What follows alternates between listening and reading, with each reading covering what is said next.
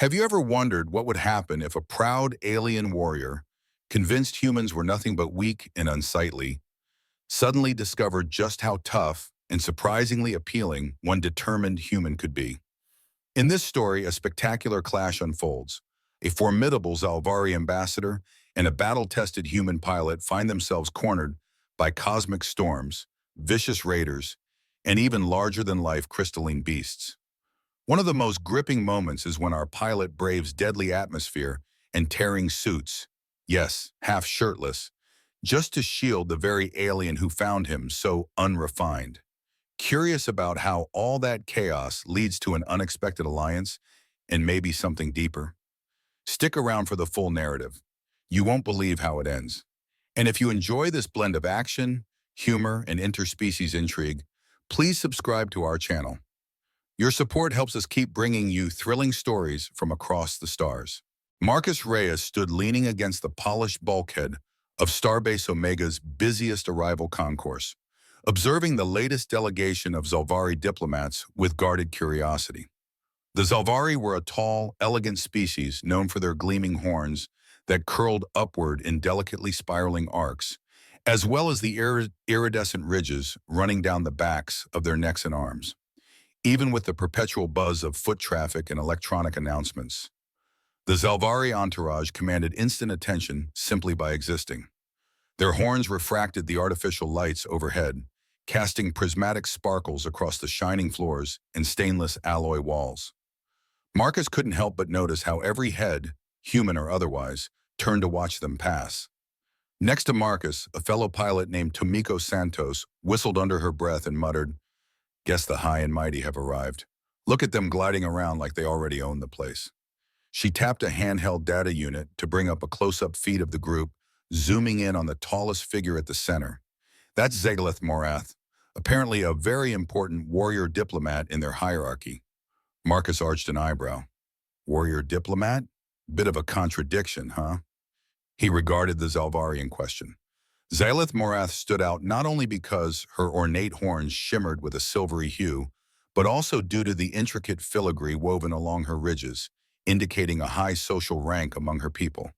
Her face, with elongated pupilless eyes tinted a pale gold, was set in a mien of cool imperiousness that made even the surrounding Zalvari appear deferential. "Contradiction or not," Tomiko said, "I hear she's got some strong opinions about humans. Something about our insufficient physiological development and depressingly redundant evolutionary traits.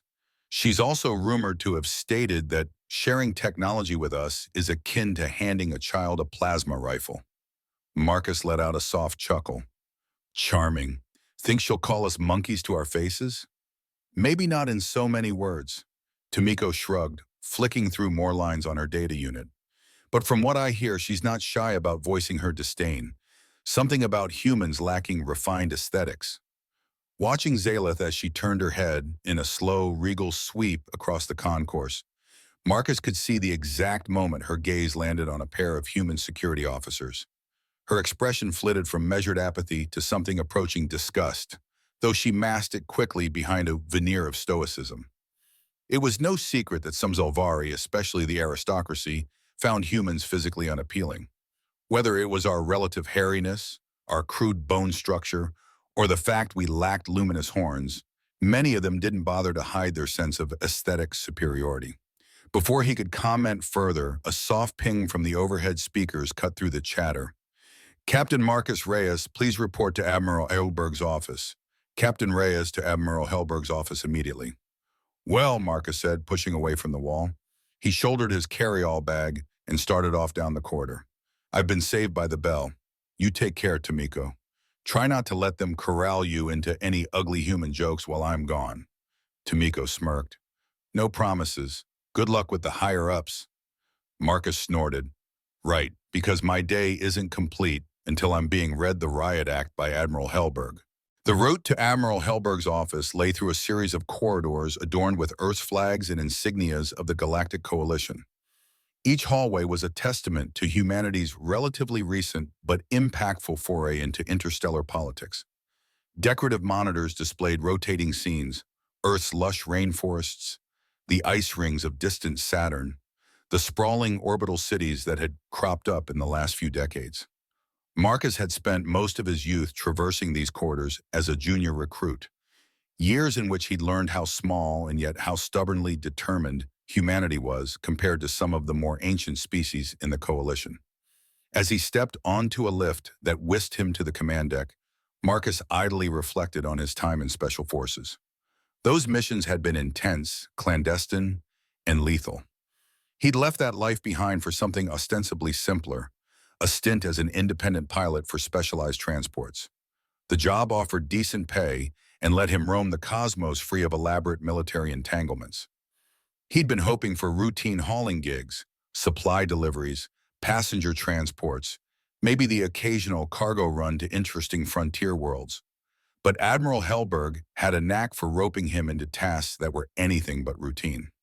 The last time Hellberg had summoned Marcus for a minor assignment, it turned into a salvage operation on an unstable planetoid crawling with rogue drones. The time before that, it was a covert infiltration job disguised as merely a short reconnaissance flight. Marcus had come out bruised, battered, and a hair's breadth away from demoting Hellberg's intelligence officers to latrine duty. The lift doors parted, revealing a wide hallway flanked by high-ranking officers. A few nodded as Marcus passed, though most were preoccupied. The buzz in the air hinted at some pressing matter. Finally, he arrived at Admiral Hellberg's office. The translucent door slid open with a whispered hiss, and he stepped inside. He froze momentarily at the sight that greeted him. Standing near Hellberg's polished metal desk, her arms crossed in stately composure, was none other than Zaleth Morath herself. Her horns were even more striking up close, the faint lights in the room ricocheting along etched lines that resembled precious metals.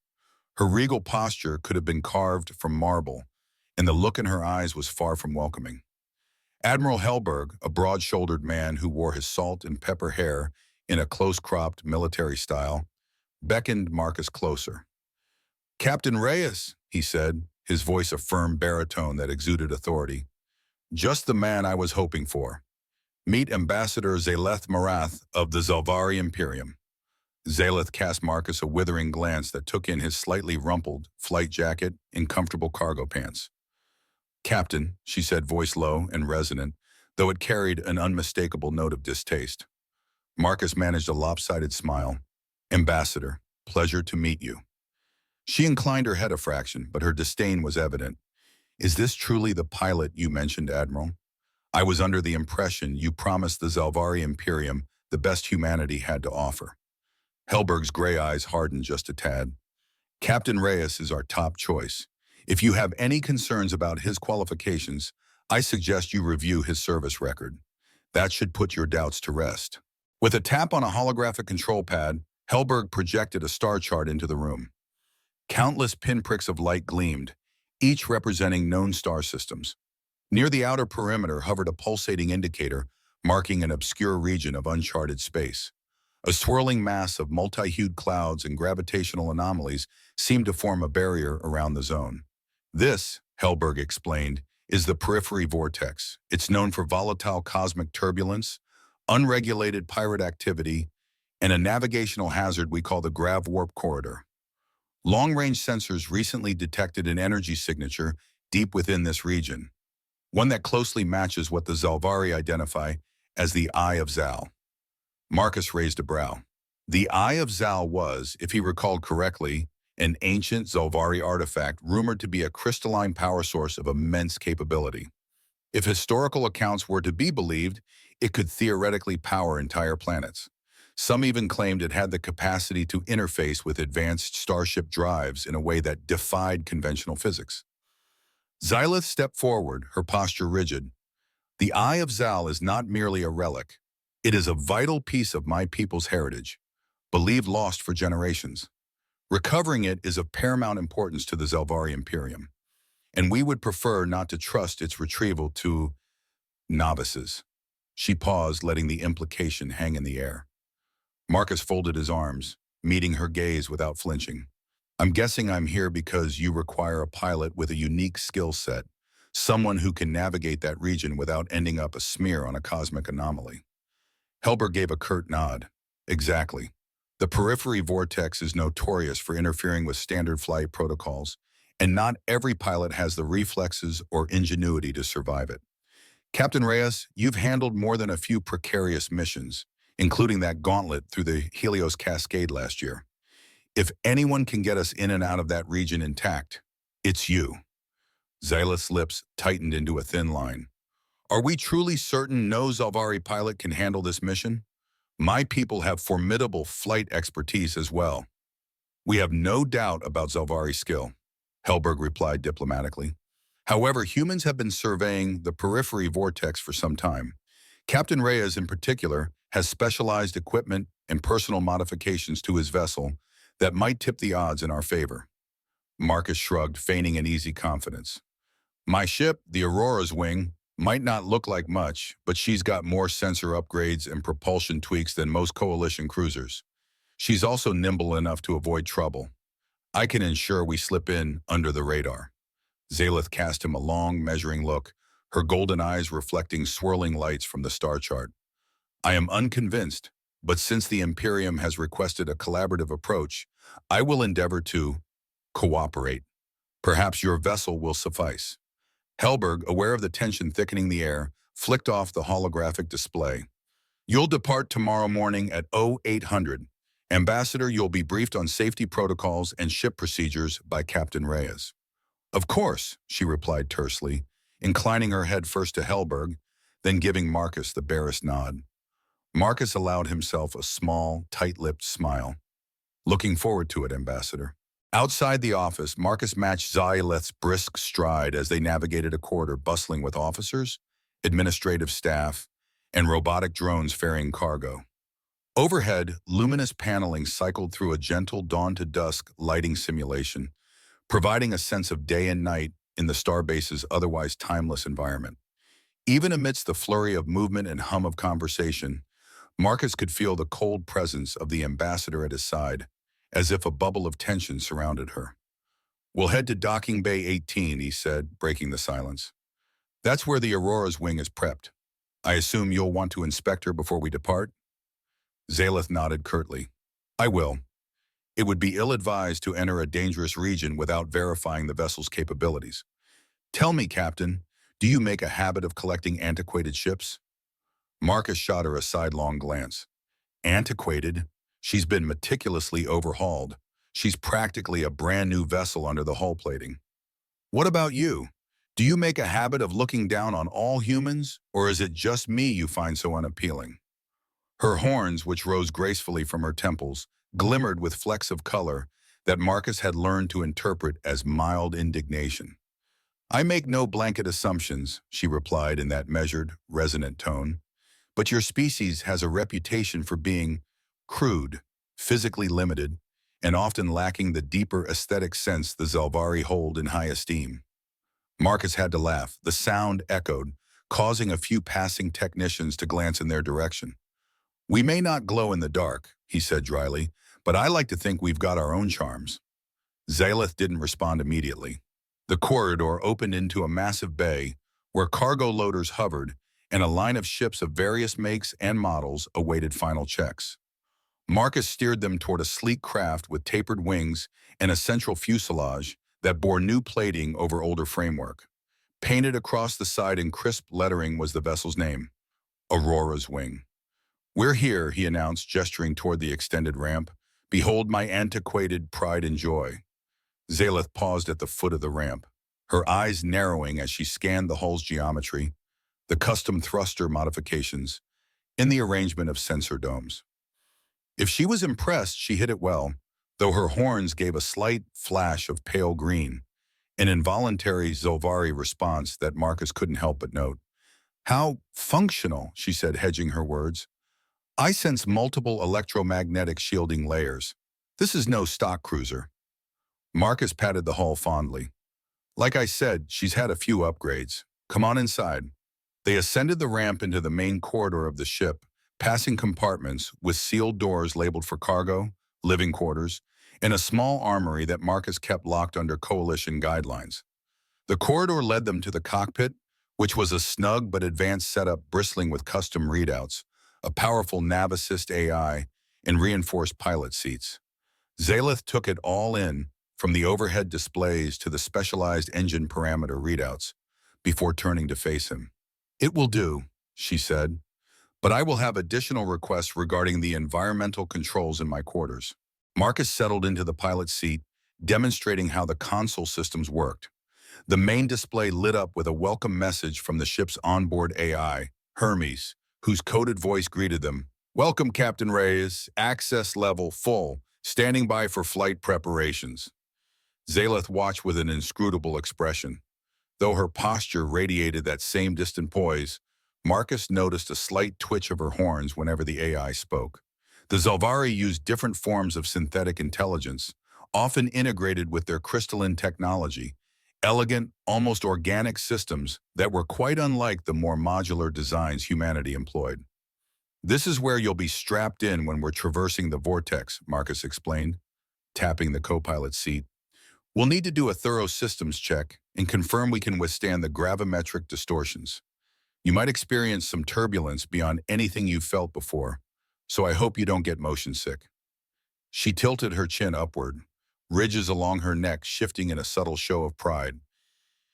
"Zalvari physiology is more robust than you give us credit for. I doubt I'll be fazed by your brand of turbulence, Captain." With a bemused shrug, Marcus initiated a quick diagnostics run. As the screens flashed through a rainbow of data, he glanced again at Zaleth. "Mind if I ask why retrieving the Eye of Zal is so important to you personally? I mean, I get it's a big deal for your Imperium, but you seem, well, let's just say you seem more intense about it than the average ambassador might be." Her cool gaze lingered on him for a few seconds before she looked away, focusing on the swirling data on a nearby display. "My family lineage is closely tied to the Eye.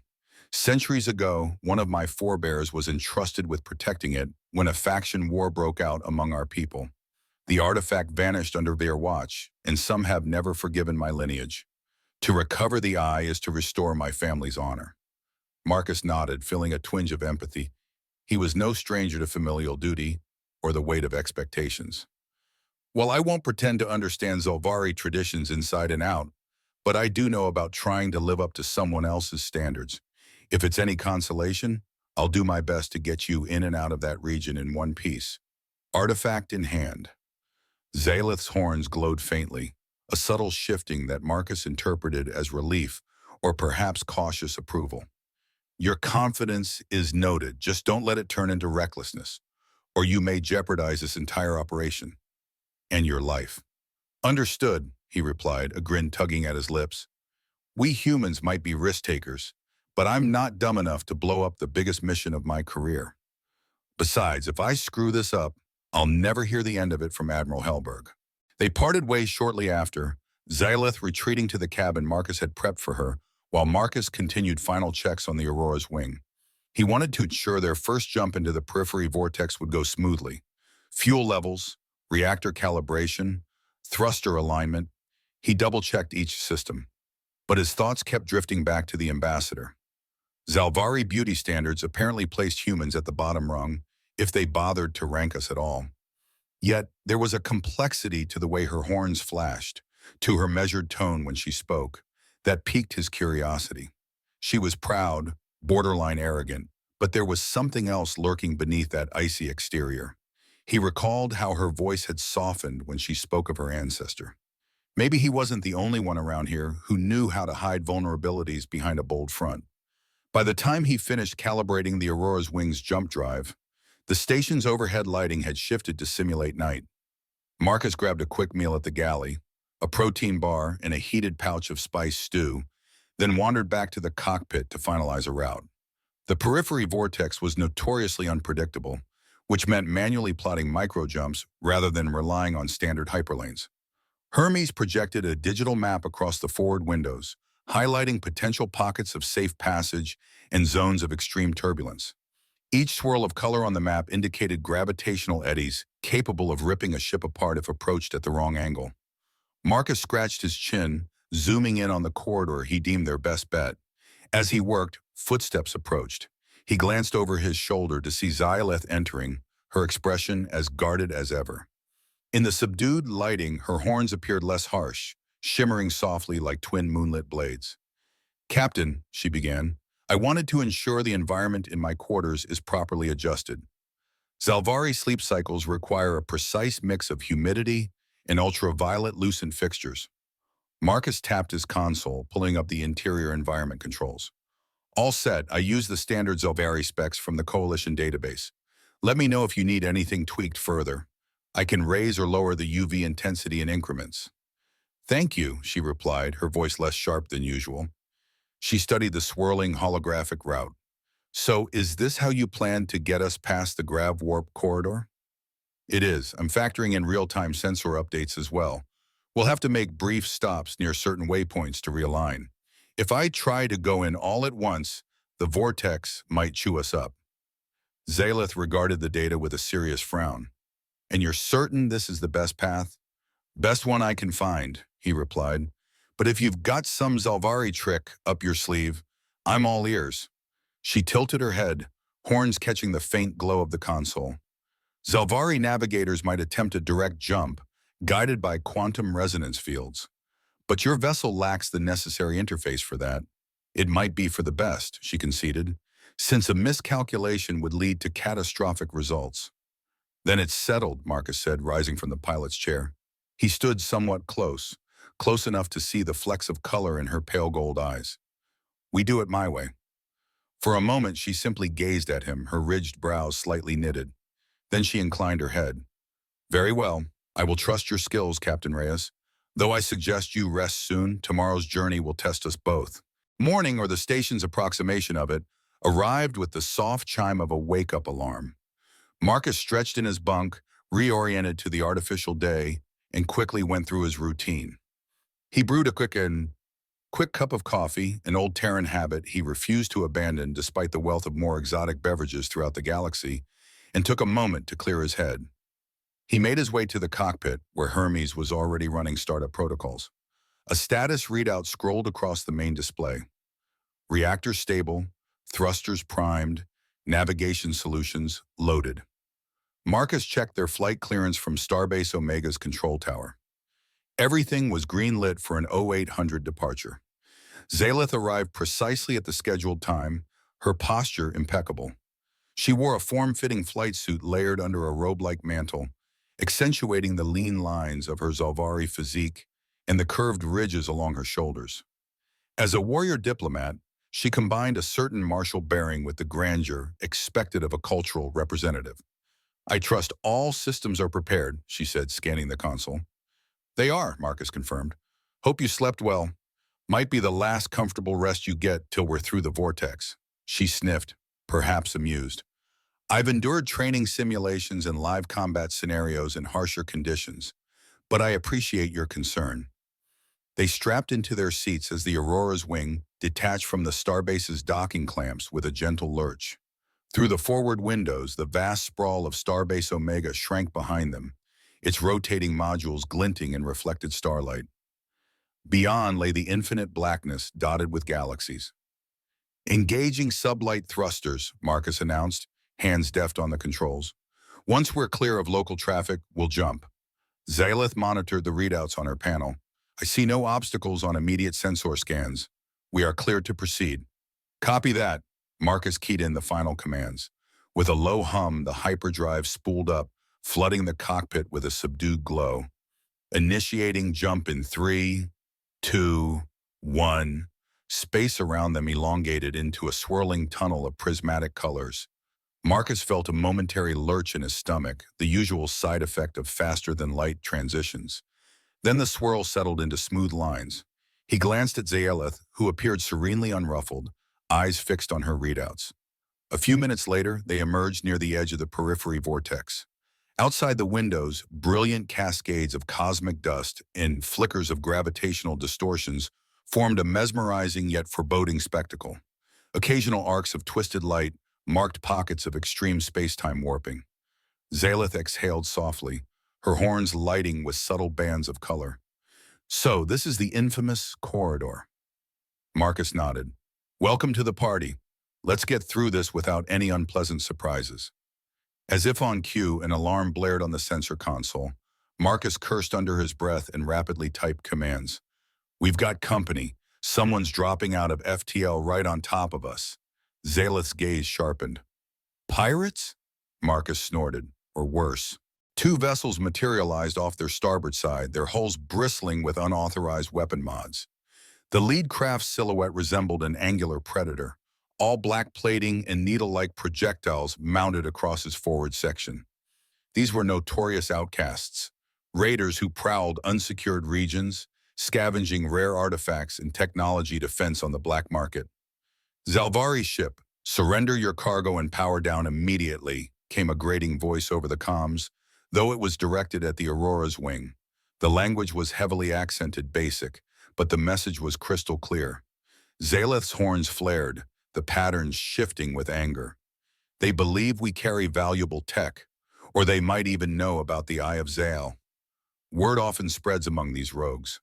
Marcus's fingers danced across the controls, bringing up the Aurora's wing's defensive systems. He charged the shields and primed the forward cannon, a powerful but single-barrel plasma launcher. Well, they're not getting an invitation aboard. You ready for a little detour in the plan? Do what you must, Captain. Her voice was cold steel. Roger that. Marcus tilted the ship's nose downward, pivoting them away from the pirate vessels. He fired the boosters, accelerating into the swirling void of the periphery vortex. The pirates gave chase, releasing a barrage of energy bolts that sizzled against the wing's aft shields.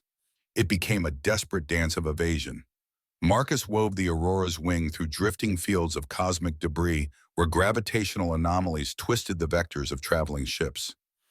He exploited every pocket of distortion, hoping the pirates' more straightforward approach would trip them up. Zaleth managed the sensor arrays,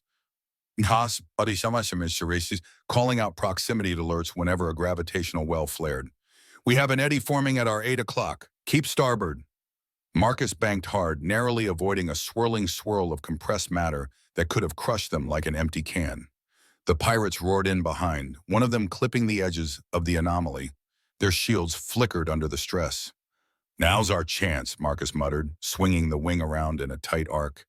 He squeezed the trigger on the forward cannon, launching a searing plasma burst into the damaged pirate vessel's engine manifold. The resulting explosion lit the darkness like a miniature sun, sending bits of debris spiraling away. The second pirate ship peeled off, apparently reconsidering its odds.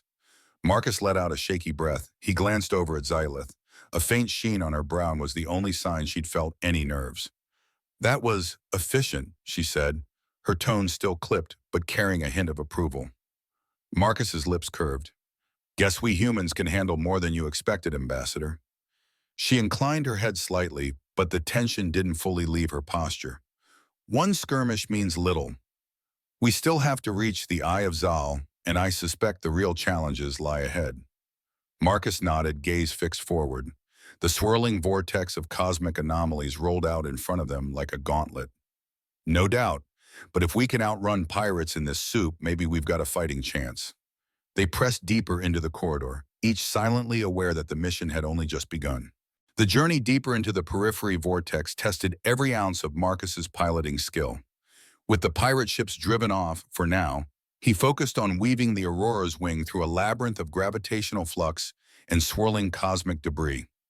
Outside, the viewport displayed shifting ribbons of light and streaks of refracted starlight, bending around pockets of warped space.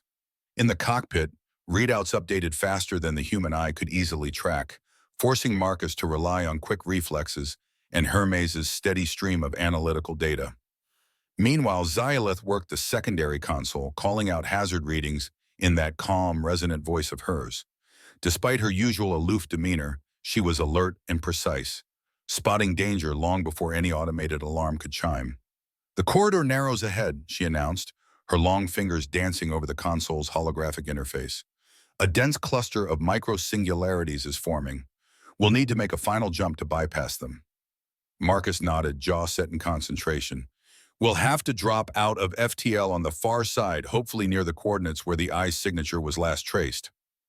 Zaleth's horns glimmered with intermittent pulses, an involuntary Zalvari reaction to stress or excitement. Remember, the artifact's power signature has been fluctuating. Our data indicates it's located on an uncharted planet.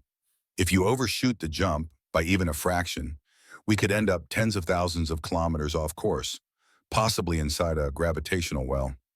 Nothing like a little pressure, Marcus muttered. He entered a series of corrections into the jump computer. Stand by. The Aurora's wing lurched as it accelerated into its short FTL skip. The swirling visuals in the cockpit stretched, then snapped, an effect that always made Marcus's stomach do a somersault. Just as abruptly, they emerged from faster-than-light travel, the interior lights flickering in protest before stabilizing again. Hermes' synthesized voice cut through the momentary stillness. Vessel integrity nominal. External sensors show no immediate hostiles. Energy readings consistent with Zalvari artifact located within a planetary system, bearing 3.7 degrees to port. Marcus exhaled in relief, turning the ship toward a dark, brooding planet that loomed ahead. Its surface was obscured by a churning atmosphere tinted in mottled shades of greenish-brown. Occasional flashes of lightning illuminated glimpses of rugged mountain ranges and swirling storms. The Aurora's wing drifted closer, scanning the planet in broad sweeps. Almost immediately, warning symbols lit the screens. Toxic gases, intense electromagnetic storms, and gravitational irregularities were among the joys this world had to offer. Lovely place, Marcus remarked, ignoring the knot in his gut. Atmosphere is corrosive, ground is unstable, but it's definitely where we're picking up that signature. Talk about a vacation spot. Zalith leaned forward, studying the sensor data. That's it. The eye's energy output is strongest in the southern quadrant near a series of canyons. We must land, but carefully. I'm seeing seismic activity, random bursts from the planet's crust. Makes sense if the artifact's power is interacting with the environment. We have to be prepared for the worst. Marcus guided the Aurora's wing into a low orbit, carefully selecting a relatively flat plateau within the canyons. His pulse thundered in his ears, but he forced his focus. All right, Ambassador Burr, strap in because this descent's going to be bumpy. The hull shuddered as they cut through dense, turbulent cloud layers. Visibility dropped to almost nothing. Automated alarms chimed incessantly.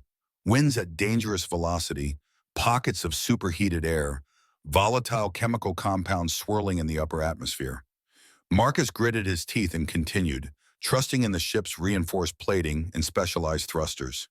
When they finally broke beneath the cloud line, the surface rushed up in jagged terrain and swirling dust devils. He wrestled the controls to find a flat stretch of rock large enough to accommodate the landing gear.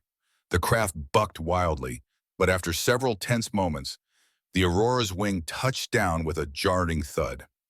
Systems beeped in protest as outside sensors registered dangerously high corrosive levels and fluctuating ground stability.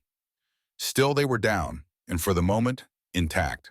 The immediate post-landing checklist felt more urgent than usual. Marcus scanned the hull's integrity readouts. Pressure seals holding, exterior hull at 10% stress and climbing slowly due to atmospheric toxins. We'll need regular maintenance checks if we stay here too long. Zalith was already halfway to the ship's cargo bay, where their specialized envirosuits waited. We cannot delay either. If the planet's environment is indeed reacting to the eye's presence, the seismic disturbances could worsen at any time. Marcus followed, taking in the subdued lights of the Aurora's wing. His stomach still churned from the turbulent descent.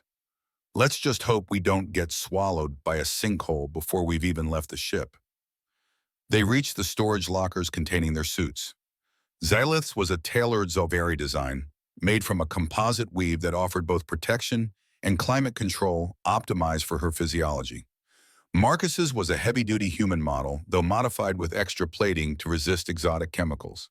It wasn't the most comfortable getup, but comfort was a luxury he could live without for a day or two if it meant not dissolving in toxic fumes. Check your seals carefully, Zalith warned as she stepped into her suit. One tear in this atmosphere, and you'll be dealing with acid burns or worse. I've had my share of lethal environments, Marcus retorted, securing his own armor plates. But I appreciate the concern. Helmet visors clicked into place. In the enclosed suits, each breath came filtered and regulated. A heads-up display projected vital stats and environment readouts across their respective fields of vision. Air pressure stable, oxygen supply nominal, External toxins well beyond lethal if they had direct contact. All standard for a mission of this caliber, but the knowledge of how quickly they could die out here made Marcus's nerves tingle. They lowered the cargo ramp, which extended onto craggy stone pockmarked by sizzling pools of noxious liquid. The sky overhead was a riot of green and brown clouds shot through with lightning. Dust-laden winds scoured the canyon, piling debris in heaps against jagged outcroppings. Through the swirl, a faint hum pulsed, likely the artifact's energy signature radiating into the environment. "Let's do this," Marcus said, stepping off the ramp. His suit's boots crackled against the toxic ground. At the bottom of his field of vision, an alert scrolled by. Surface acidity levels, extremely high. A meter built into his suit glove measured the acidity of every step, adjusting his boots' microshields on the fly. Zaleth stepped down behind him, horns clearly visible under the transparent upper portion of her helmet. "My readings confirm the artifact's signal is half a kilometer east, deeper into that canyon. There's a route around this ridge, but it looks unstable."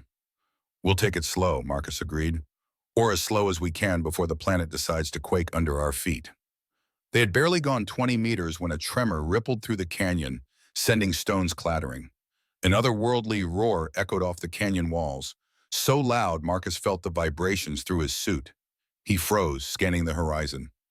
Out of a distant pool of shimmering acid rose something colossal. It looked like the rocky terrain itself had come to life. A creature with an elongated, ridged body, crystalline protrusions glinting in the murky sunlight. Its head, crowned by spiky formations, swiveled in their direction, and a second roar shattered the air.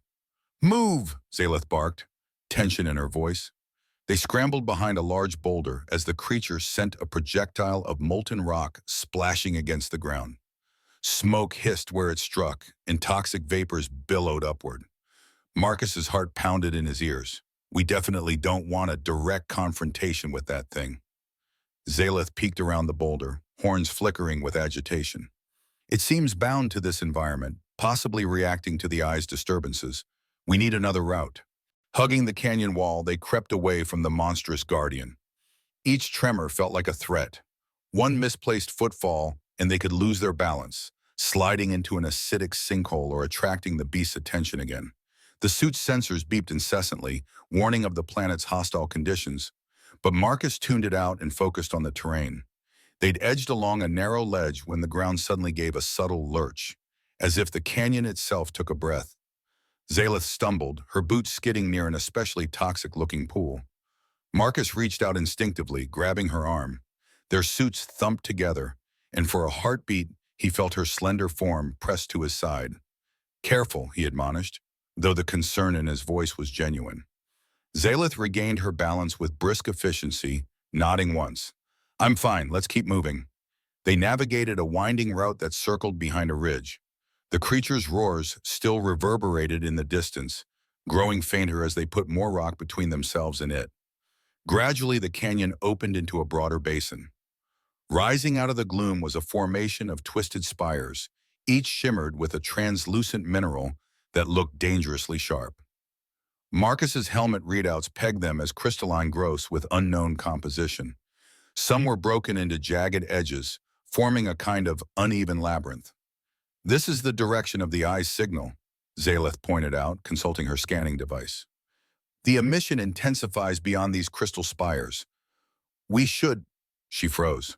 Marcus's own motion sensors screamed an alert. He whipped around to see a shape skittering behind one of the largest spires. Then another, and another.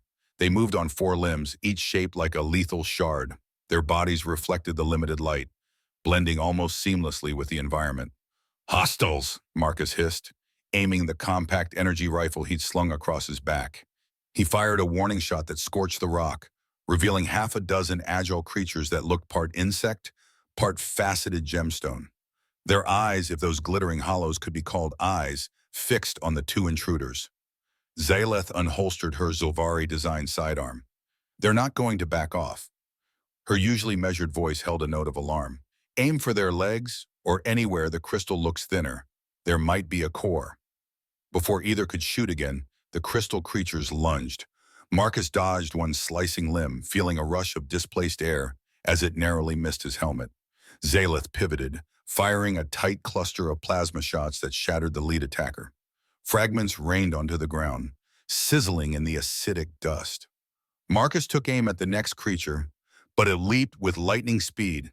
Its jagged limbs slammed into his torso, scraping across the armor. A glaring system alert flashed inside his visor. Suit integrity compromised. Minor breach.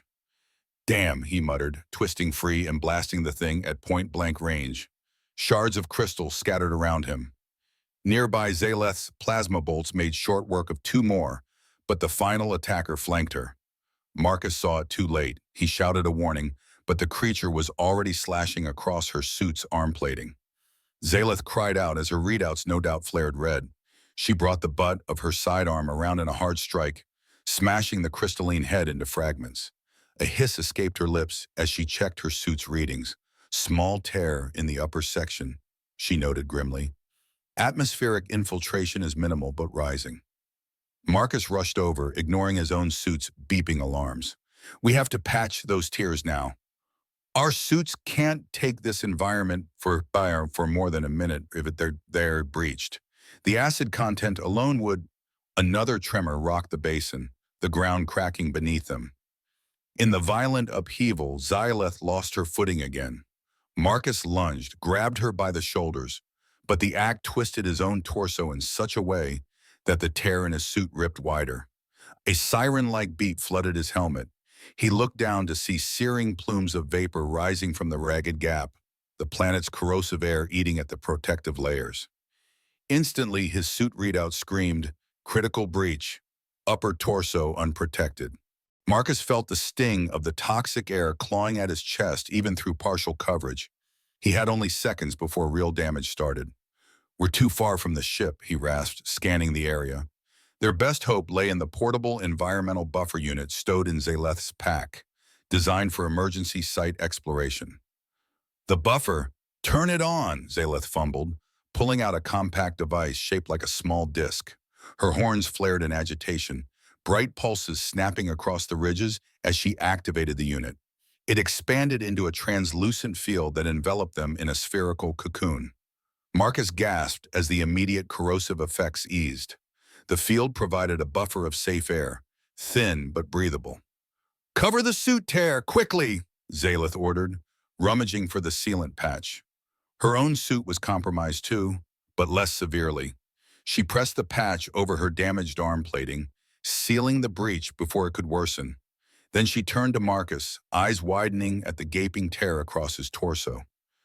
This is considerably worse, she murmured. We'll need a fresh suit or more patches. We don't have enough patches for a tear this big, he replied grimly, peeling away the shredded upper section. The toxic residue sizzled on the edges. I'll have to, I guess I'm going without the top half. Zaleth's stare darted from his exposed chest to the swirling, toxic world around them. That's impossible. Your skin will be... This buffer field can handle some of it, Marcus cut in, as long as we stay within range.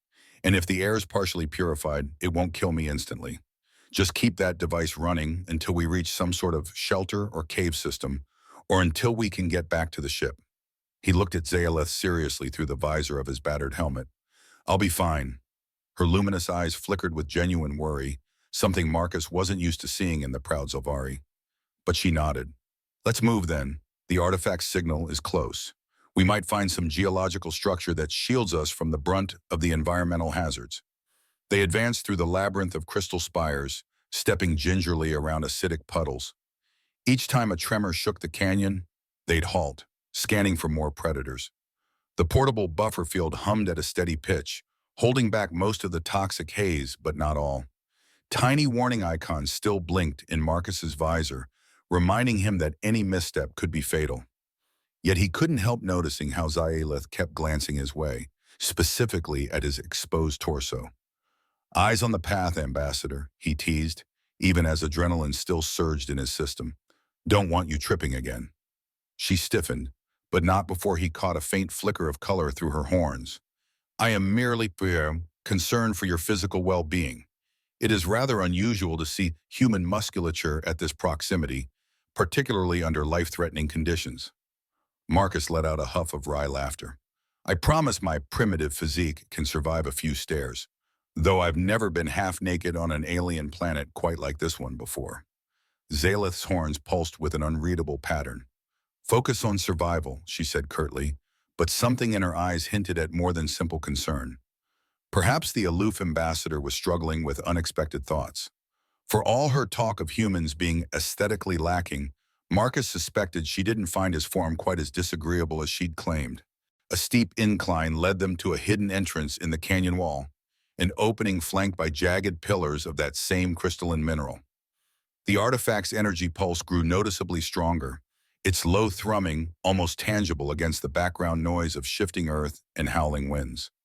Zyleth aimed her scanner at the darkened passage. It extends underground, she observed. Her voice had steadied, retaking that dignified tone. Likely a natural cave system, and the eye's signature is somewhere within.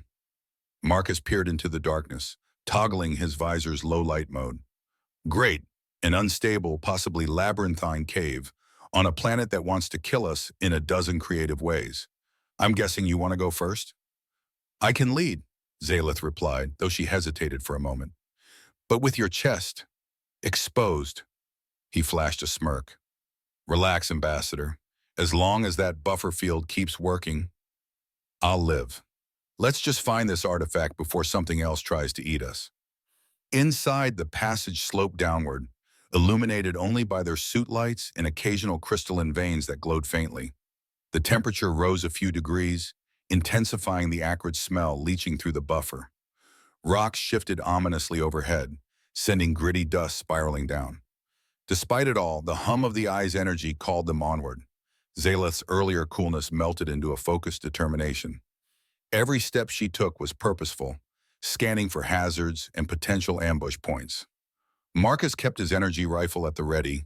He couldn't ignore the goosebumps prickling his bare torso, partly from the chill of anxiety and partly from the occasional brush of the toxic environment.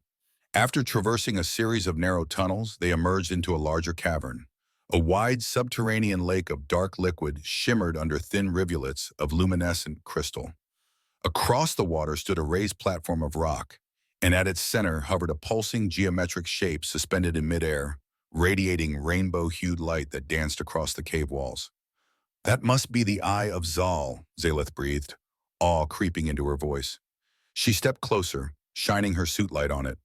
The artifact was a multifaceted crystal, each facet shifting through impossible angles as if defying normal geometry. I never thought I'd see it in person. It's more alive than the records suggested. Marcus approached, wary. I'm guessing that shimmering means it's charged with a ton of energy, enough to power a planet or level it. Zaleth nodded slowly. The Eye's creators engineered it for limitless applications, medical, environmental, defense. But it was lost during a destructive era of our history. Now I understand how it remained hidden. This world's natural volatility may be amplified by the artifact. Marcus's attention snapped to movement on the far side of the cavern. A figure stepped from behind a pillar of rock, flanked by 4 heavily armed raiders. Judging by their gear, these were the same outcasts that had ambushed them in space, or perhaps a different cell from the same network. Their leader, a scarred humanoid with a cybernetic eye, raised a rifle. Well, look who made it here first, the raider sneered, voice echoing in the cavern. Hand over that shiny crystal, Ambassador. And you, he eyed Marcus's bare torso with a twisted grin. Try not to drop dead from the local air before we can kill you ourselves. Zaleth's horns flared with anger. The Eye of Zal belongs to the Zalvari Imperium. You have no claim. The raider laughed, a harsh, mirthless bark. Oh, we've got a buyer lined up who'll pay more than your Imperium ever would. So how about you back away, or I test these plasma rounds on your fragile hide? Marcus moved instinctively into a defensive stance, rifle raised, the buffer field quivering around them. So you're the ones who tried to tail us in the corridor, he said, scanning for any advantage. The cavern's expanse offered limited cover aside from the rock pillars. Bit far from your turf, don't you think? Credits speak loudly, pilot, the raider leader said, lips curling back to reveal metallic implants in his jaw. We got a tip that some big Zalvari prize was here. didn't expect it to be so radiant. His single organic eye flicked greedily to the hovering crystal. Now drop your weapons or we'll take it off your corpses. Zaleth's eyes narrowed, her horns throbbing in an agitated pattern. Marcus could practically feel her desire to protect the artifact. We can't give them the eye, she murmured through the comm channel linking their suits. The Imperium can't afford losing it again. Before Marcus could reply, a distant rumble reverberated through the cave. A chunk of crystal dislodged from the ceiling, crashing into the water below. The raiders glanced upward, uncertain. Marcus seized the distraction, pivoting to the closest pillar of rock. Zaleth, move! They darted for cover as the raiders unleashed a volley of plasma fire. Hot energy bolts seared the air, sizzling where they hit the cavern floor. Marcus hissed in pain as a near miss scorched the flesh of his upper arm. He was still half exposed despite the buffer field. Gritting his teeth, he popped up from behind the pillar and returned fire. One raider collapsed under the barrage, the chest plate glowing with molten plasma. Meanwhile, Zaleth demonstrated her warrior diplomat training. She flanked the raiders with a graceful sidestep, her sidearm barking out measured shots. A second raider went down, shouting curses that echoed off the cave walls. "Spread out!" the leader snarled, motioning to his remaining two men. They split formation, firing from different angles. Marcus and Zaleth found themselves pinned down, the hiss of plasma bolts ricocheting around them. Another tremor rocked the cavern, sending cracks spiderwebbing across the ceiling. Each quake threatened to bring down lethal stalactites or collapse entire sections of the tunnel. Sweat beaded across Marcus's exposed skin.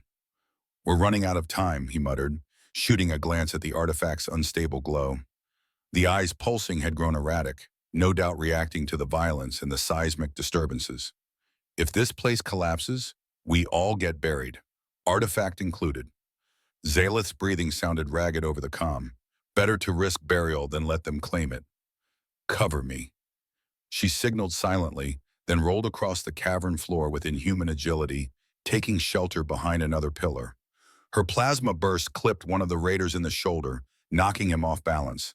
Marcus sprinted to an outcropping, ignoring the stinging protests in his raw skin. Energy blasts scorched the rock inches from his face. The environment buffer flickered. He glanced at the device strapped to Zaleth's waist. It was sustaining damage from stray shots. If it failed, he'd be fully exposed to the toxic air and dust. With a grunt, he returned fire, forcing the raiders to duck.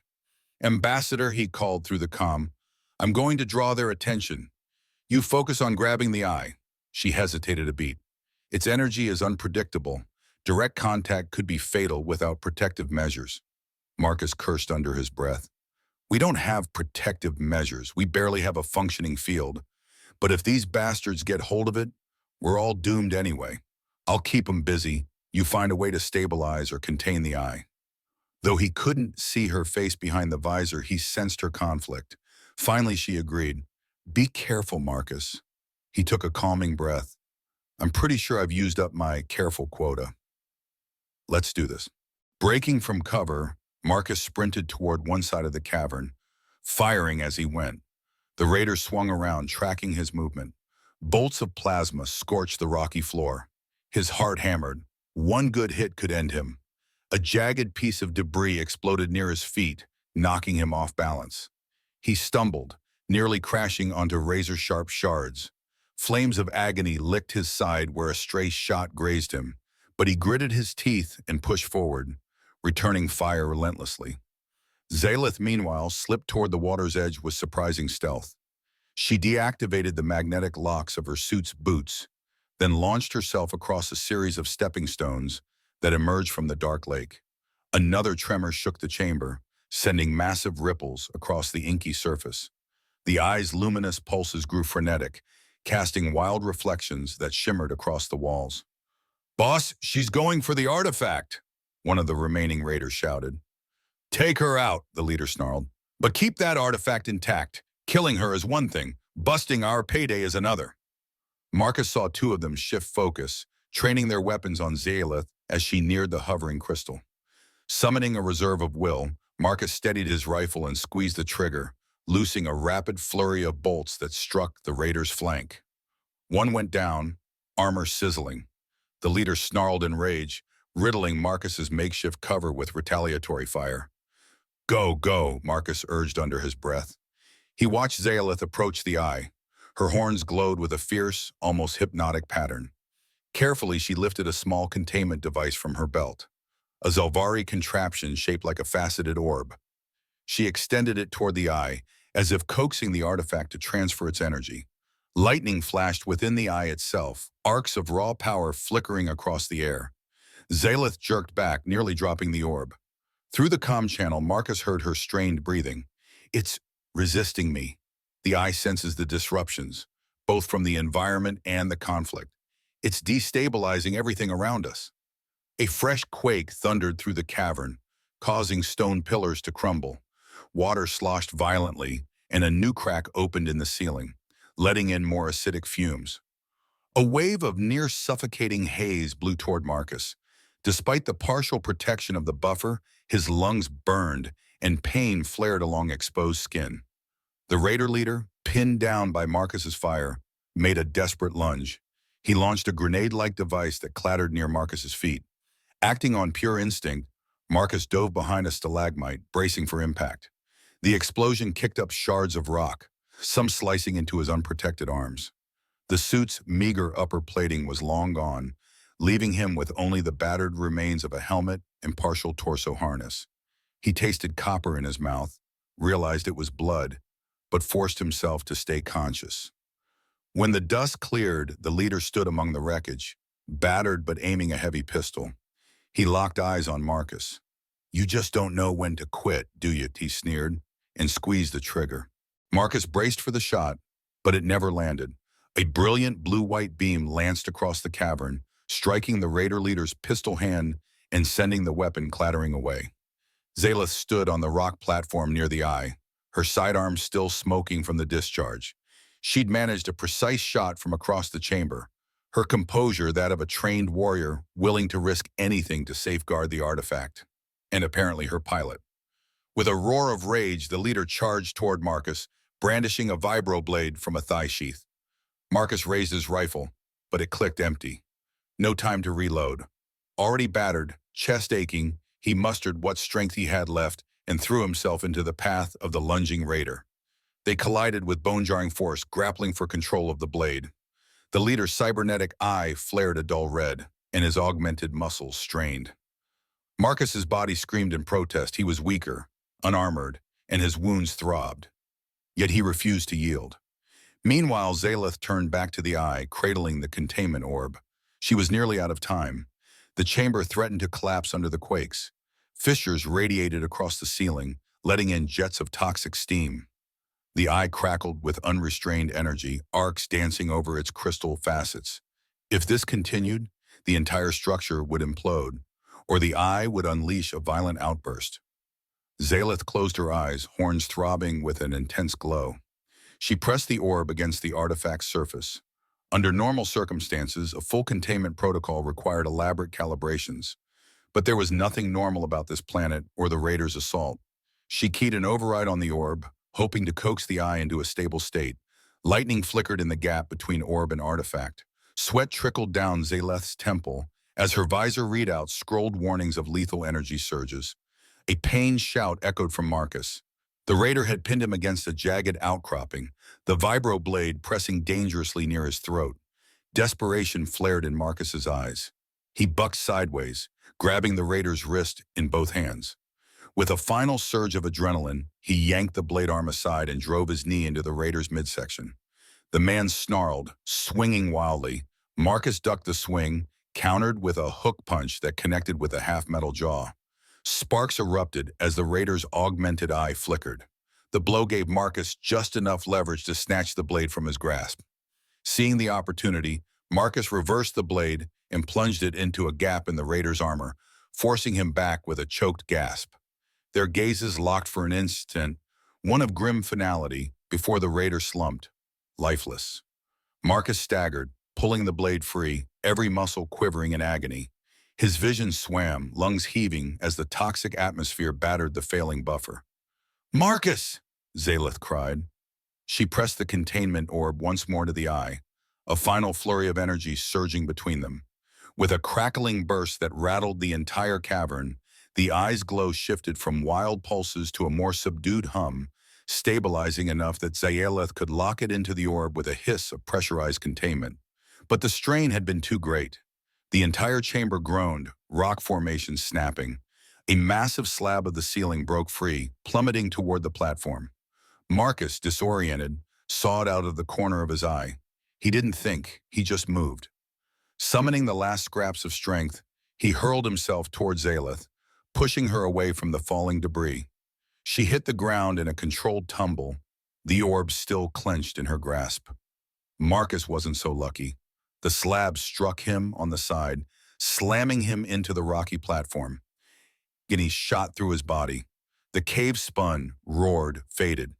The final thing he registered was Zayeleth's panicked shout echoing in his helmet, and the faint, steady glow of the eye, safe in her possession, as darkness claimed him.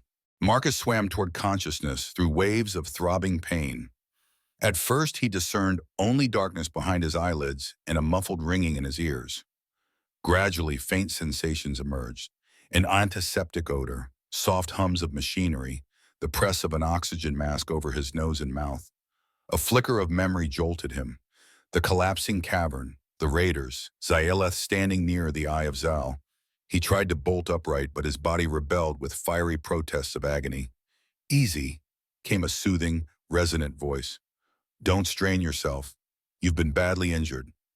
His eyes fluttered open.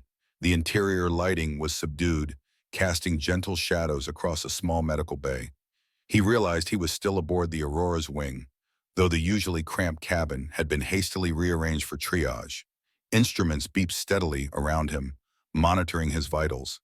Pain radiated from his torso and side, where thick bandages covered angry burns and lacerations. Behind the soft glow of a diagnostic console, Zayeleth observed him, her elegant horns and facial ridges unmistakable even in the half-light. She was no longer wearing her helmet, but her flight suit showed signs of distress, a scorched sleeve, a patched tear near the shoulder. He spotted dried patches of some purple fluid on her arm, presumably Zelvari blood.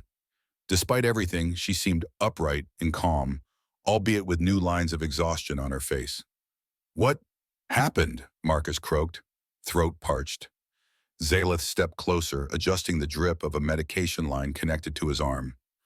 "After you pushed me away from the falling rock, it struck you directly. I retrieved you and managed to bring you, unconscious, back through the tunnels to the ship. The entire cavern collapsed not long after." She hesitated, her horns flickering with faint glints of color. "You very nearly died, Captain Reyes."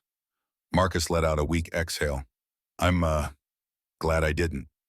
Summoning a shaky grin, he peered down at his torso. The top half of a medical wrap replaced the shredded suit. Bruises and bandaged cuts ran across his chest. "You saved my life, didn't you?"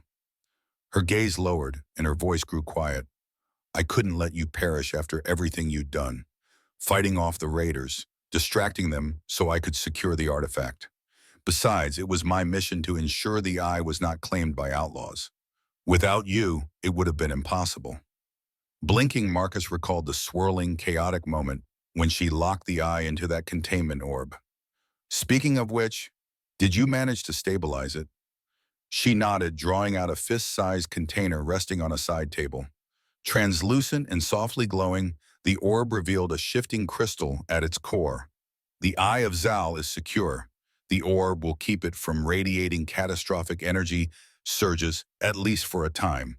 My government has the technology to maintain it permanently. That's assuming we can get back in one piece." Marcus shifted to sit up, ignoring the complaints in his muscles. "We can. The Aurora's wing is battered, but we've flown out of worse. The question is whether we can leave this planet without more trouble." Zayeleth's jaw tightened. "After the cave-in, the surface is even more unstable. Tremors have multiplied. Atmosphere checks reveal thicker acid storms. And we have at least one colossal beast roaming the canyon. The good news is the raiders seem to be gone or buried. The bad news? We're on borrowed time." She hesitated, then added, "Let me help you up. You won't get far if you collapse at the controls." Despite the tension, Marcus found a spark of humor. You must really regret calling us humans crude and underdeveloped. Here you are, tending to me like I'm the galaxy's rarest specimen. She opened her mouth to retort, but her horns pulsed with color that belied a more complicated emotion. Perhaps my preconceptions were overstated.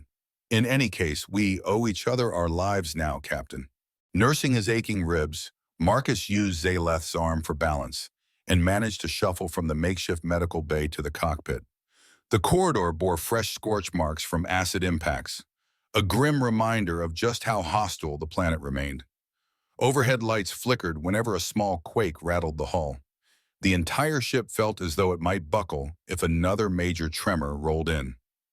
First order of business, Marcus said, lowering himself into the pilot's seat with a wince, is to see whether the Aurora's wing can even lift off. We took a beating landing here, and the environment's been gnawing on the exterior ever since. He powered up the console, which dutifully lit with system diagnostics. Lines of text scrolled too fast to read easily. Zaleth watched, standing close behind him. Marcus was keenly aware of her presence, her slightly elevated breathing, the faint shimmer of her horns. This was a far cry from their initial cold interactions. In fact, if someone had told him a week ago that the aloof Zelvari ambassador would be hovering solicitously at his side, he'd have laughed. Hermes, the ship's AI, chimed in with a subdued tone. Welcome back, Captain Reyes. Diagnostics indicate external hull corrosion at dangerous levels. Sublight thrusters at 40% efficiency. Stabilizers compromised. However, flight is still possible if immediate repairs are made to the primary conduits. Zaleth leaned over the console. We'll have to exit the atmosphere carefully. Any abrupt maneuver might result in the hull fracturing under stress. We can't risk another direct encounter with that creature either. Marcus rubbed a hand across his bandaged side. Guess the best plan is a quick patch job before we attempt takeoff. But every minute we stay, the environment gets worse, and the planet keeps shaking itself apart. She inclined her head in agreement. I'll help with the exterior repairs. My people have some expertise with crystalline structures. There might be a way to fuse new plating over the corroded sections using portable Zelvari bonding agents I brought for the artifact retrieval. You sure you're in any condition to lug around plating? He asked, arching a brow with concern. He recalled the slash on her arm from those crystal beasts. Though bandaged, it had to be painful. Her lips thinned. I am more resilient than I appear, and you can barely stand without support, she added pointedly. I'll handle the hull. You manage the inside systems. Just be ready to lift off the second I'm done. She turned to go, then paused. Try not to bleed all over your pilot's seat in the meantime, Captain. Marcus let out a weary chuckle, saluting mockingly. Yes, Ambassador. He watched her retreat down the corridor, a swirl of regal bearing and pragmatic intent. A part of him hated letting her step out alone into that acid-lashed wasteland. But she was right. In his current state, he couldn't even hoist a heavy toolkit without doubling over in pain. Gritting his teeth, he focused on internal repairs. Systems beeped as he rerouted power lines, bypassed damaged relays, and recalibrated the battered stabilizers. Every so often, a quake made the ship groan, prompting him to check external cams. Through the haze, he glimpsed Zaleth methodically applying a luminous bonding agent to corroded hull sections. She moved with a warrior's grace, unhesitating even when the wind spiked acid-laden dust against her suit. During one violent tremor, the camera feed shook, nearly losing her in the swirl. But she pressed on, shoulders tense with resolve. Marcus swallowed hard. We really are depending on each other now, he thought.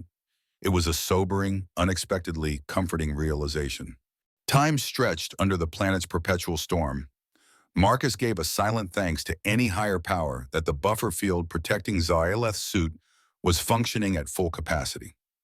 On the cockpit displays, readouts updated the minute, hull integrity creeping up as repairs took hold, reactor output stabilizing as he diverted power away from non-essentials, and the local seismic tracker spiking at random intervals. After what felt like an eternity, Zaleth reappeared in the cargo airlock. Marcus watched through an interior cam as she sealed the hatch and stepped into the decontamination unit. Tendrils of neutralizing spray hissed over her suit, scraping away acidic deposits. When she finally emerged, she moved more stiffly than before, but she was on her feet. Thank the stars for Zalvari resilience. He met her in the corridor, propped on a makeshift crutch he'd fashioned from a damaged strut. "How's it look?" he asked, scanning her face for signs of fresh injury. Her horns shimmered with weary satisfaction. "It should hold. The hull remains fragile, but the bonding agent will buy us enough time to break Atmo if you don't make any violent maneuvers." Marcus half laughed. "I'll do my best. No promises about the planet, though." Already the wing's sensors registered another tremor building. He offered her an arm. "Come on, let's see if we can get off this rock before it tears itself apart." They hurried to the cockpit. Marcus eased into the pilot's seat, wincing but determined, while Zaleth took the co-pilot station. The moment her fingers touched the console, her expression shifted into steely focus. She began adjusting field stabilizers, ensuring the patchwork hull bracing integrated with the internal dampeners. "Brace yourself," Marcus muttered. "Hermes, initiate launch sequence." The engines roared, subdued but still formidable. The Aurora's wings shuddered as it lifted from the corroded plateau. Immediately, swirling gusts of chemical-laden wind buffeted them, jostling the ship. Zaleth's horns flickered with alarm, but Marcus wrestled the controls like a seasoned bull rider, forcing the wing upward inch by precarious inch. He could feel every bolt, every rivet straining against the planet's toxic grip. They punched through the churning cloud layers, acid droplets sizzling against the forward window. The cockpit shook violently.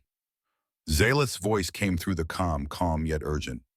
"Pressure on the port stabilizer is spiking. Reroute power to starboard thrusters to maintain equilibrium." Marcus complied, sweat gathering on his brow. "We're so close." A jolt of turbulence slammed them sideways. Alarms blared. One of the hull sensors read critical stress. Marcus ground his teeth, forcibly leveling the wing and pushing the engines to full throttle. When at last they breached the final storm layer, bright starlight pierced the cockpit. The swirling darkness below gave way, replaced by the infinite sprawl of space. Marcus exhaled in shaky relief, heart pounding. "We're out," he murmured, half in disbelief. Hermes confirmed it. "Warning status, downgraded to caution. External environment safe for standard flight." Zaleth sank back in her seat. That was quite the escape. Her horns glowed with a mixture of pride and residual tension. "In truth, Captain Reyes, I wasn't certain we would manage it." He blew out a breath, letting a grin tug at his lips despite the pain in his side. "Don't worry, Ambassador. This is all in a day's work for an underdeveloped species like mine." She turned to him, eyes narrowing in a way that suggested both exasperation and a flicker of amusement. "Your gallows humor is irrepressible, it seems. But I will concede, I underestimated you, and by extension, all humans." Marcus powered down the emergency thrusters, letting them coast in orbit. "You ready to deliver that eye to your Imperium?" Zaleth gazed at the glowing orb resting on the console. "Yes, and to rectify my family's legacy." Securing the Eye of Zal for safe transport was no trivial matter. Zaleth insisted on reinforcing the containment orb with secondary dampeners to avoid accidental energy leaks. With the artifact calmer than before, but still potent, Marcus put a healthy distance between their orbit and the planet's gravitational field. Then he initiated a coded message to Admiral Helberg back at Starbase Omega, informing him of their success and that they would return soon. When he finished, Marcus leaned back and scrutinized the flickering lights on his console. The battered Aurora's wing was now a living testament to everything they had been through. "We'll have to jump through a safer route on our way back," he mused, carefully rubbing the bandage on his arm. "The direct path is probably swarming with debris from those raiders, and who knows if any of their friends are waiting." Zaleth folded her arms, protective instincts flaring. "Let them try. They'll find the Imperium far less charitable now that we have proof of their interference." A brief hush lingered, then she added more softly, "And if any threat comes, we'll handle it. Together." Marcus felt a warm swirl in his chest at her words. For all her once frosty contempt, here she was, acknowledging them as a cohesive unit. "Together," he echoed. His gaze drifted to the swirling colors emanating from the orb. "You know, I still don't fully understand how this Eye of Zal works. It's obviously not just a fancy battery. A contemplative note entered Zaleth's voice. It was forged in our golden age by Zalvari artisans who blended crystal-infused technology with advanced quantum engineering.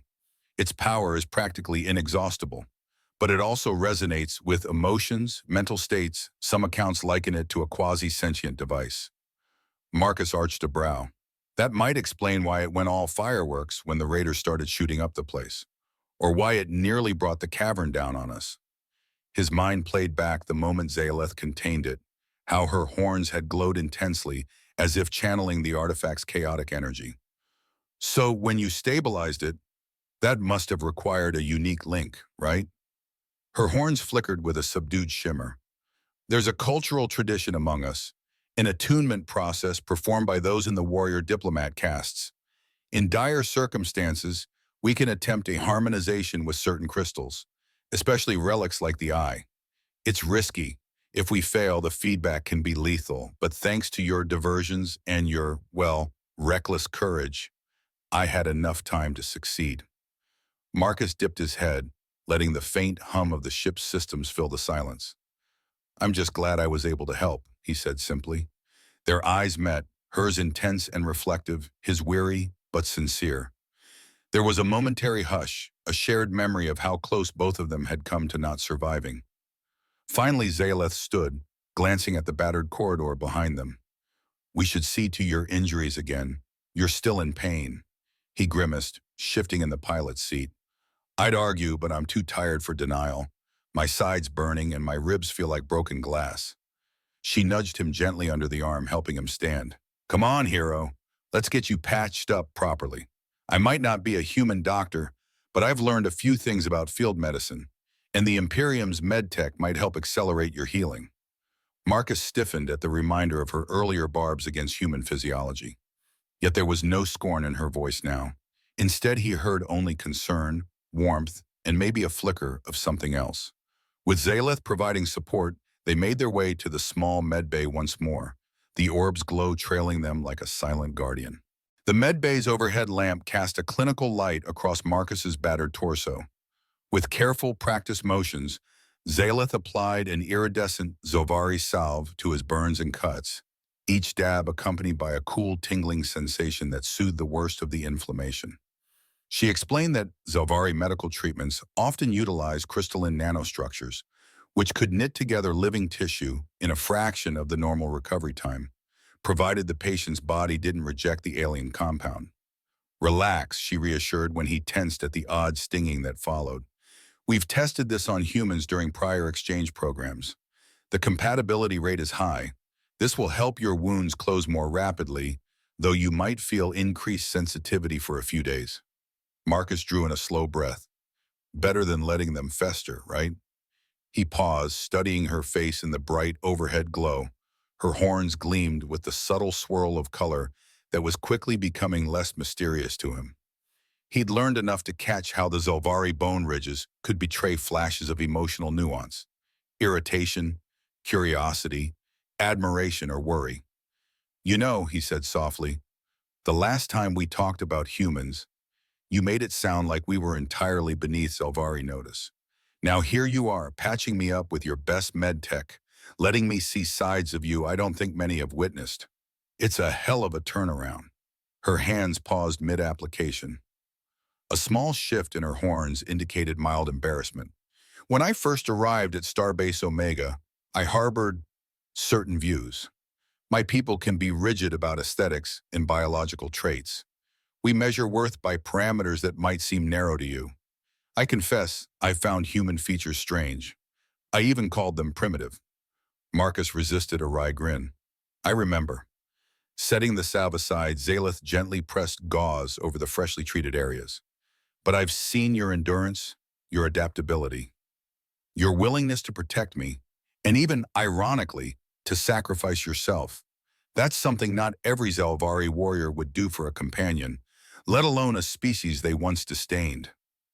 Marcus felt his heart pick up speed. The close quarters of the medbay suddenly felt charged with an unspoken tension. He cleared his throat. Well, you're not exactly the aloof aristocrat I pegged you for either.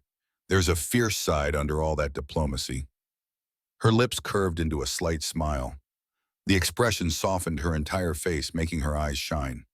Fierce, yes, perhaps, but also determined to atone for my family's past failures. I never expected that path would lead me to rely on a human pilot. She hesitated, then added, and yet I am grateful that it did. Something in the way she looked at him, the subtle tilt of her head, compelled Marcus to lift a hand toward her nearest horn. He traced the delicate curve with a tentative gesture. To his surprise, she didn't pull away. Her horns glowed under his touch, responding with gentle pulses. His chest fluttered at the intimacy of it, having learned that touching a Zalvari's horns uninvited was a major breach of etiquette, unless there was trust or something deeper. For the record, he whispered, I'm glad things turned out this way too. A faint breath caught in her throat, but she inclined her head slightly, a silent affirmation. Then, clearing her expression, she replaced the salve container in the kit. We should finalize the route back to your starbase. The Imperium will likely send an escort once we're in friendly territory. Marcus nodded, taking the cue and sitting up slowly. Yes, Ambassador. His tone was gently teasing. Let's get you and your priceless eyes safely home. Once Marcus felt stable enough to manage the cockpit again, he and Zaleth charted a course away from the treacherous corners of the periphery vortex. They opted for a longer but more predictable route, hoping to avoid further collisions with any lurking pirates or cosmic anomalies. The Aurora's wing limped along, battered but functional, a testament to both of their combined perseverance. Days passed in a tense but relatively uneventful journey.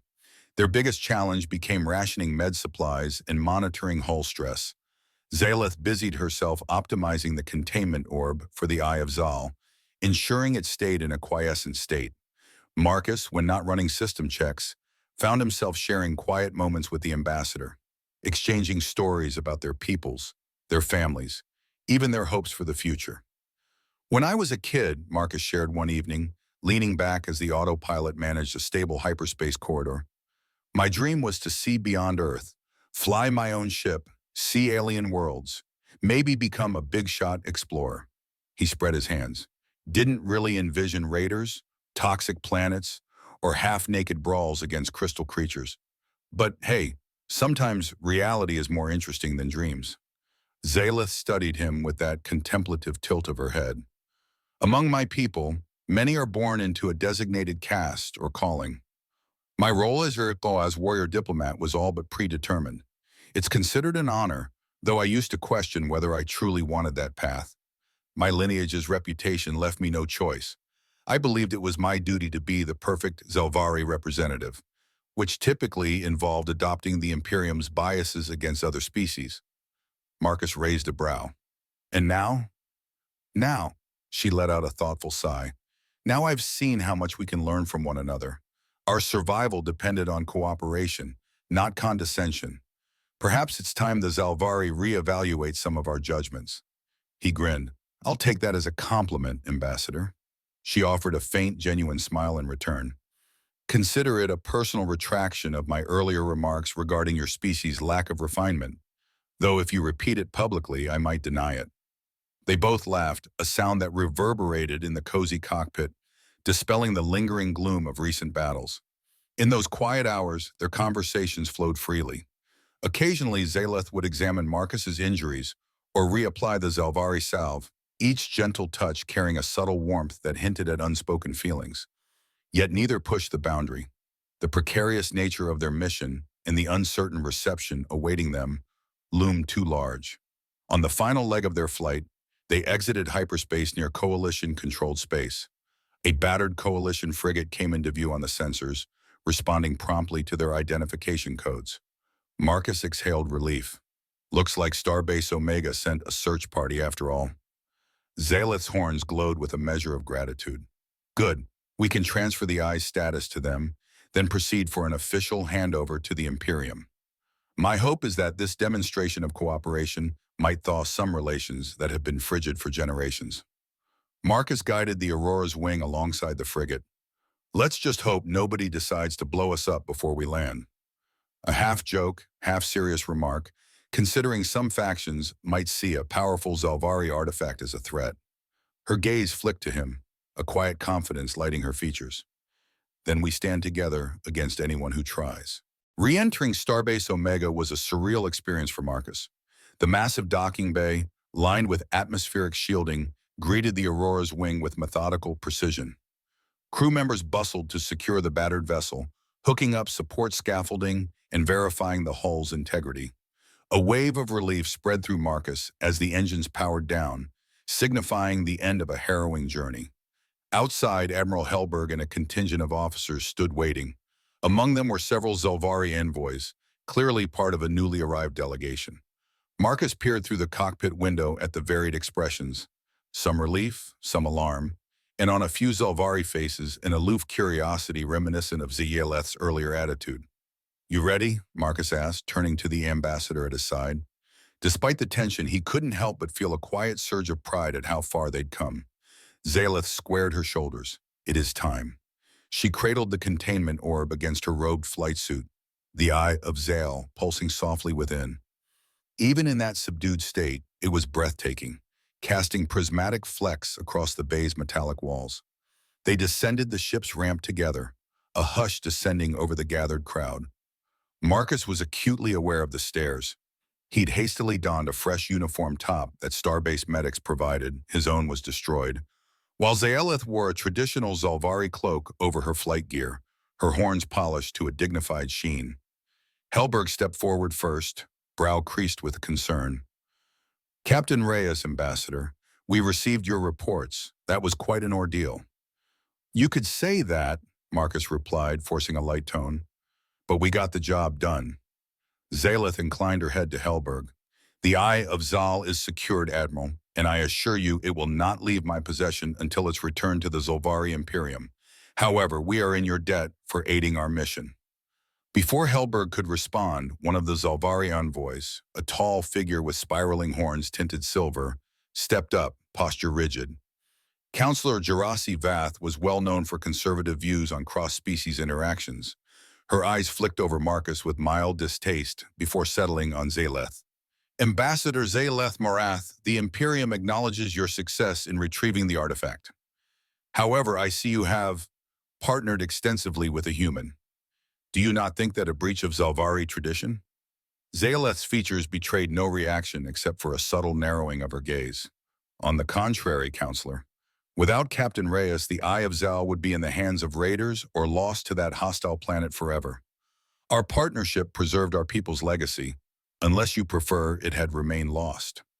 A murmur rippled through the Zalvari and human spectators alike. Gerasi's horns flickered with hints of annoyance. "Of course not, but we must be mindful of preserving Zalvari cultural purity." Marcus stiffened, remembering well how that kind of thinking had once fueled Zaleth's own prejudice. But before he could voice any retort, Zaleth spoke again, voice calm yet laced with resolve. "Our traditions should not be a barrier to cooperation, Counselor. We overcame lethal odds by learning from each other. Is that not cause for a broader perspective? The Imperium's future depends on forging strong alliances." Gerasi looked as though she wanted to retort, but Admiral Helberg cleared his throat. "For now, let's ensure the Eye is stored safely. Medical staff will evaluate both of you. Then we can discuss the formal handover and subsequent diplomatic matters." Zaleth dipped her head. "Agreed." She then cast a glance at Marcus, an unspoken "stay close." He gave a brief nod, offering a small smile in return. As they stepped aside to a more private corner of the bay, Helberg leaned in with a hushed tone. "Captain, your flight records indicate an extremely close call. How are your injuries?" Marcus managed a half grin. "Healing up, sir, thanks to Ambassador Morath's quick thinking." Zaleth placed a hand on the orb in a quiet show of solidarity. As he said, "We got the job done." 3 days later, the official handover ceremony took place in Starbase Omega's Grand Conference Hall, an area usually reserved for high-profile delegations. Word of the Eye of Zal's recovery had spread through coalition channels, gathering dignitaries, reporters, and curious onlookers alike.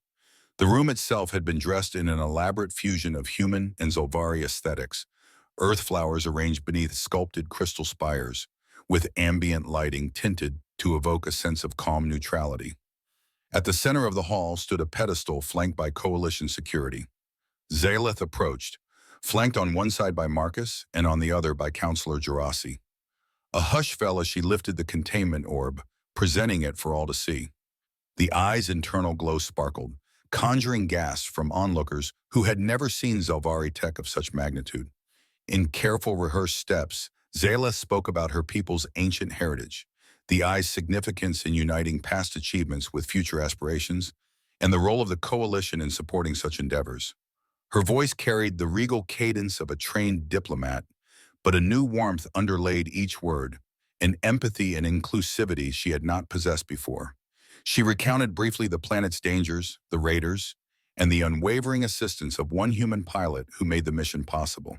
When it was Marcus's turn to speak, he cleared his throat, scanning a crowd that included Admiral Helberg, Tomiko Santos, and other faces both familiar and foreign.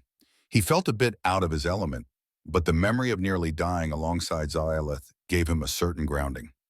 "I won't pretend I understand all the intricacies of Zelvari culture," he began, voice echoing through the hush. "But I've learned something crucial. We can accomplish incredible things when we get over our biases and fight together." He gestured to the eye shimmering in its orb. "We risked our lives for that artifact, not because we were forced to, but because we believed in the mission. And we believed in each other, even when we started out full of preconceived notions. I guess that's the real power on display here. Cooperation over suspicion." A smattering of applause erupted. Some Zelvari delegates looked uncertain, while others nodded with the slow acceptance of those who had begun questioning old beliefs. Counselor Gerasi, for her part, maintained a carefully neutral expression, arms folded inside her ornate robe. Yet she made no further challenge. The final part of the ceremony saw Zalith turning over the eye's orb to a specially prepared stasis container, an item shaped by Zelvari artisans in compliance with Coalition safety standards. The synergy of both species' technology symbolized the day's theme. Cameras flashed, capturing the moment for official archives. Then, as the ceremony concluded, the crowd dissipated into smaller knots of conversation, eager to discuss the artifact's future, potential scientific studies, and broader implications for human-Zelvari relations. Marcus found himself standing beside Zayalith near a tall window overlooking the starbase docking rings. Through the glass, the stars were a glittering panorama, a reminder of the vast unknown that still awaited them beyond the station's comforting lights. "You'll be heading home soon," Marcus said, breaking the silence. "Taking the eye back to Zelvari Prime, right?" Zalith nodded. "Yes. My superiors will want the artifact under close observation, though I suspect they'll involve Coalition experts now, which is a major milestone. This entire event could reset how our Imperium treats off-world allies." A moment passed, then Marcus ventured. "So what about you? You did what you set out to do. Your family's honor is restored. Does that mean you'll just go back to the old routine, representing the Imperium in 100 formal assemblies?" He tried to keep the disappointment out of his tone. She regarded him with an uncharacteristically gentle gaze. "I'm not certain. My experience changed me. There's a vast galaxy out there and so many opportunities to broaden our perspectives. Perhaps the Imperium will assign me to a permanent liaison role with the Coalition. Maybe I'll request that myself." Marcus's heart lifted at the suggestion. His battered ribs still twinged, but a hopefulness superseded the pain. "I'd like that," he said quietly. "We've proven we can handle a crisis together. Might be nice to handle some calmer missions every now and then." Zalith's lips curved, and her horns glowed with a soft, steady radiance that Marcus recognized as affection. "I'd like that too." In the end, this story isn't just about surviving vicious creatures or daring rescues. It's about discovering that real beauty and strength lie in working together. Marcus and Zalith prove that overcoming biases and embracing each other's unique qualities can create unshakable trust. From dodging pirate ambushes to stabilizing a planet-shattering artifact, they learn that true courage comes from cooperation. Looking back, their journey shows how people, and aliens, grow when forced to confront what they fear or misunderstand. Personally, I find this story inspiring. It reminds us that shared challenges can unite even the most unlikely allies. Now, I'd love to hear your thoughts. Did this tale change how you view difference, teamwork, or trust? Comment below so we can all discuss. And if you haven't already, remember to subscribe to the channel for more sci-fi adventures. Safe travels among the stars.